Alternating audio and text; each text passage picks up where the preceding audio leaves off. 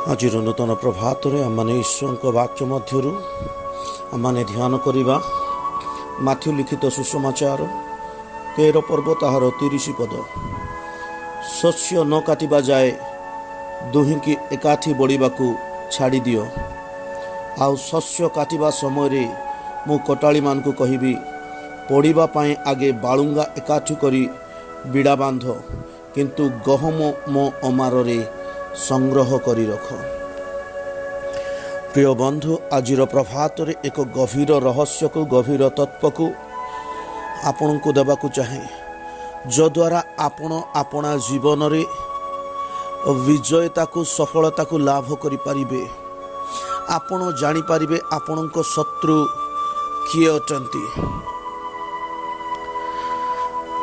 आजिर प्रभात रे परमेश्वर को महानामर धन्यवाद हो जे आम्भे माने जो जगत रे बास करूछु, आम्भे माने एही स्थान रे एकुटिया नाहु। एही जगत रे बालुंगार संतान माने अर्थात सर्पर बीज अर्थात शैतानर संतान माने आमानक चतुर्पार्श्वरे अछंती। से माने विवाह करी अछंती, संतान संतति माने मध्य उत्पन्न करी अछंती। से माने सकल कार्य क्षेत्र रे से मानकर उपस्थिति को जाहिर करी अछंती। से माने सकल स्थान रे अछंती। आउ आम्भे माने मध्य अटु। प्रिय बंधु, आजिर प्रभात मु आपण मान को कहिबाकू चाहे जे से माने एक उद्देश्य रे एही जगत रे अछंती, किंतु आपणकर उद्देश्य कौन यह जानिबा जरूरी अटे। उत्तम विहन ईश्वरंक संतान माने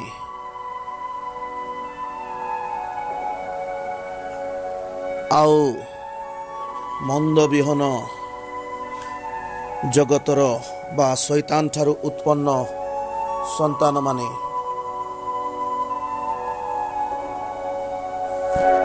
प्रिय बंधु, आज प्रभात रे प्रभु आपणकर चक्षु को बुद्धि रूप द्वार को उन्मुक्त करंतु।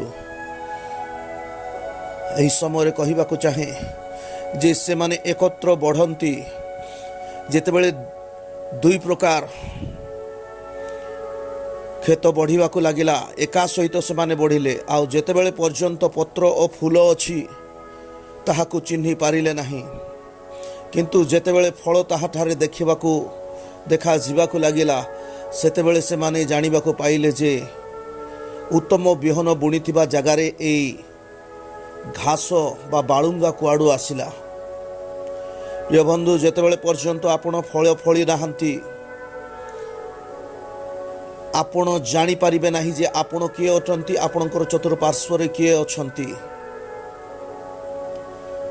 आज फल द्वारा मनुष्य को चिन्हा जाए, कारण ईश्वर संतान मध्य ईश्वर फल देखा जाए।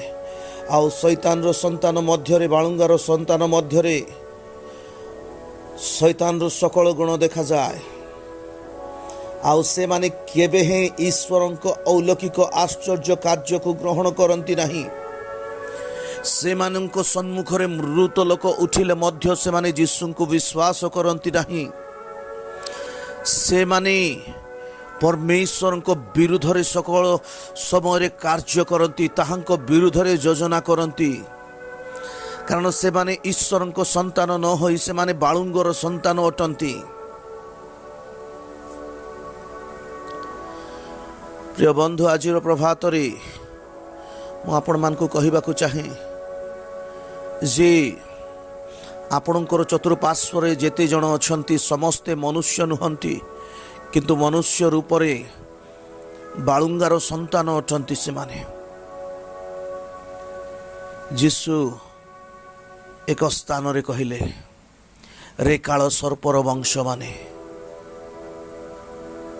तुम्हें माने मो ठारू दूर हुआ। कहीं कहले प्रिय माने यार तात्पर्य रही। आपण को एक छोट उदाहरण देवी, प्रभु अनुग्रह करंतु आपण बुझीजे। परमेश्वर जे सकल सृष्टि कले आज से सकल सृष्टि नुह, किंतु एई समय हाइब्रिड रो जुग आसी। आमे देशी कुकुड़ा देखो, ब्रॉयलर देखो, आ विभिन्न किस्मर कुकुड़ा समूह को आम माने देखुछु। विभिन्न समूहर गाई देखुछु, विभिन्न समूहर पक्षी देखुछु, विभिन्न प्रकारर जीवजंतु को देखुछु।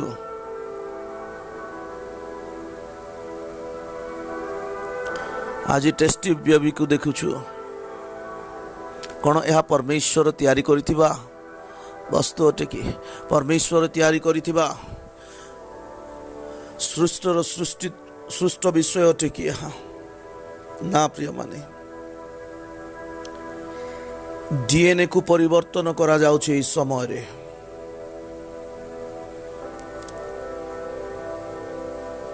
जेतेबेले पर्यंत आपणक मध्यरे ईश्वरंक रक्त चालित होउछि, आपण ताहांक सृष्टिर अधिकारी अटंती।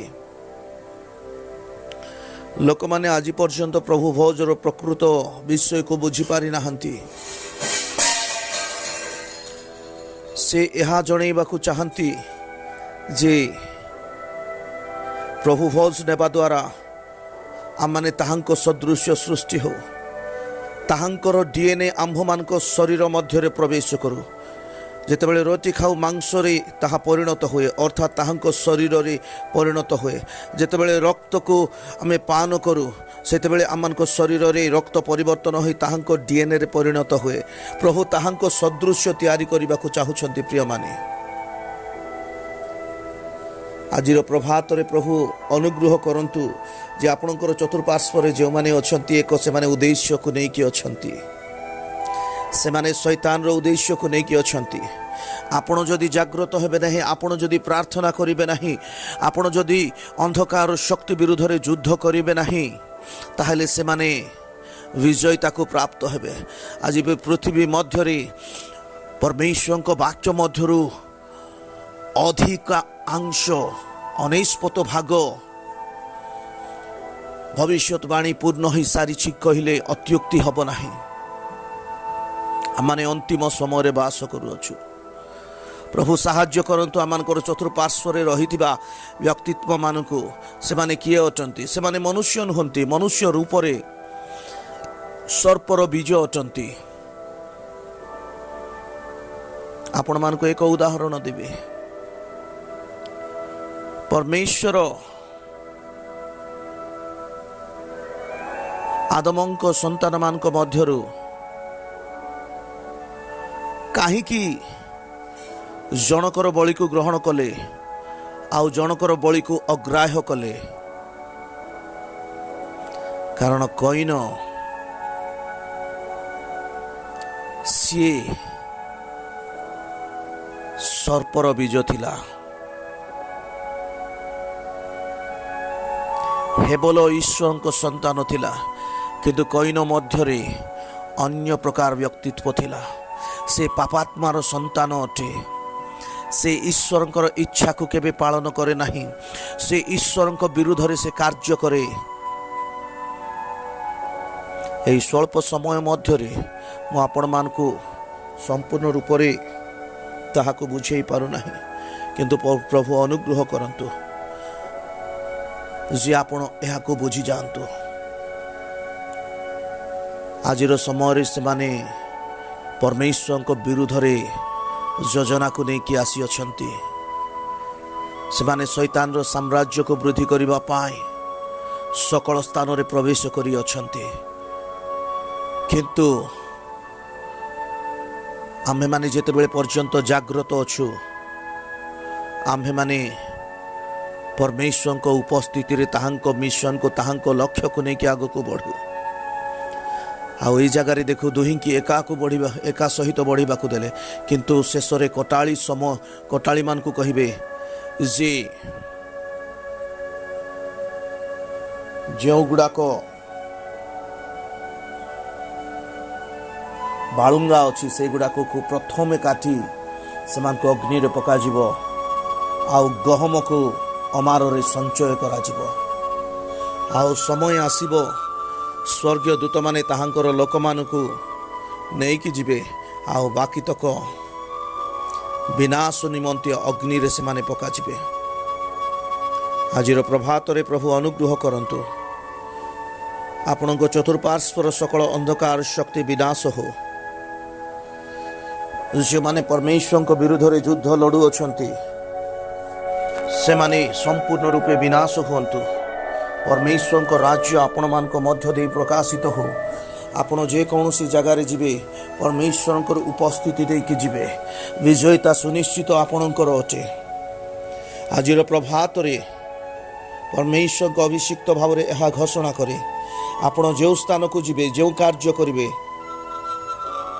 ଯାହା ବି ଛୁଇଁବେ, ତହିଁରେ ପ୍ରଭୁ ଅନୁଗ୍ରହ କରନ୍ତୁ। କାରଣ ଆପଣ ପୁଣି ମୁଁ ପରମେଶ୍ୱରଙ୍କର ଉଦ୍ଦେଶ୍ୟକୁ ନେଇକି ବଞ୍ଚୁଅଛୁ। ତାହାଙ୍କର DNA ଆମ୍ଭମାନଙ୍କ ମଧ୍ୟରେ ରହିଅଛି, ତାହାଙ୍କ ରକ୍ତ ଆମ୍ଭମାନଙ୍କ ଶରୀର ମଧ୍ୟରେ ଦୌଡ଼ୁଅଛି। ଆଉ ତାହାଙ୍କର ସକଳ ବିଷୟ ଯଦି ଆମମାନଙ୍କ ସହିତ ରହିଅଛି, ଅନ୍ଧକାରର କୌଣସି ଶକ୍ତି ଆଲୋକ ନିକଟକୁ ଆସିପାରିବ ନାହିଁ, ଯେହେତୁ ଆମମାନେ ଆଲୋକର ସନ୍ତାନ ଅଟୁ। ଆସନ୍ତୁ ସେହି ଆଲୋକକୁ ଆମ୍ଭେମାନେ ନେଇ ଆଗକୁ ଧାବବାନ ହଉ, ଈଶ୍ୱରଙ୍କ ରାଜ୍ୟକୁ ଆମମାନେ ବୃଦ୍ଧି କରୁ। ପ୍ରଭୁ ଏହି ବାକ୍ୟ ଦ୍ୱାରା ପ୍ରତ୍ୟେକଙ୍କୁ ଆଶୀଷ ଦିଅନ୍ତୁ। ଆମେନ୍। ପ୍ରାର୍ଥନା କରିବା।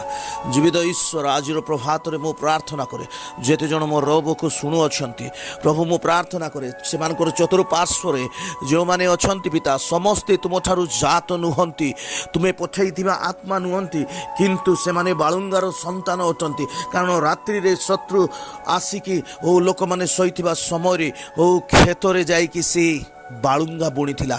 ଆଜି ବିଭିନ୍ନ ସମୟରେ ବିଭିନ୍ନ ପରିବାର ମଧ୍ୟରେ ଶୈତାନ ତାହାର ବୀଜକୁ ବୁଣିଅଛି। ଆଉ ସେଇ ବୀଜ ଦ୍ୱାରା ସେଇ ପରିବାରକୁ ସମ୍ପୂର୍ଣ୍ଣ ବିନାଶ କରିବା ପାଇଁ, ସେଇ ସମାଜକୁ, ସେଇ ଲୋକମାନଙ୍କୁ ବିନାଶ କରିବା ପାଇଁ ସେ ଯୋଜନା କରିଅଛି। କିନ୍ତୁ ମୁଁ ପ୍ରାର୍ଥନା କରୁଅଛି ଶୈତାନର ସକଳ ଯୋଜନା ଭୂମିସାତ ହୋଇ ଏହି ସମୟରେ ଯେଉଁ ପ୍ରକାର ନହଙ୍କ ସମୟରେ ମନୋନୀତ ଲୋକମାନେ ସେହି ସ୍ଥାନରେ ଜାହାଜରେ ପ୍ରବେଶ କଲେ, ଆଉ ଯେଉଁମାନଙ୍କର ରକ୍ତ ଅଶୁଚି ହୋଇଥିଲା, ଯେଉଁମାନଙ୍କର DNA ଅଶୁଚି ହୋଇଥିଲା, ପ୍ରଭୁ ସମସ୍ତଙ୍କୁ ସେହି ସମୟରେ ବିନାଶ କଲେ, କେବଳ ନହଙ୍କ ପରିବାର ଛଡ଼ା। କାରଣ ସେମାନଙ୍କର ରକ୍ତ ପରିବର୍ତ୍ତିତ ହୋଇନଥିଲା, କାରଣ ସେମାନେ ଅଶୁଚି ହୋଇନଥିଲେ। ଆଜି ଏହି ସମୟରେ ଅନେକଙ୍କର ରକ୍ତକୁ ଅଶୁଚି କରାଯାଉଅଛି, ସେମାନଙ୍କର DNAକୁ ପରିବର୍ତ୍ତନ କରାଯାଉଅଛି। ନହଙ୍କ ସମୟରେ ଯେ ରୂପ ଘଟିଥିଲା, ଏହି ସମୟରେ ସେହି ରୂପ ଘଟିବ, ଆଉ ଘଟିବା ଆରମ୍ଭ ହୋଇ ସାରିଅଛି। କିନ୍ତୁ ଯେଉଁମାନେ ମନୋନୀତ ଅଛନ୍ତି ସେମାନେ ଜାହାଜରେ ପ୍ରବେଶ କରିବେ।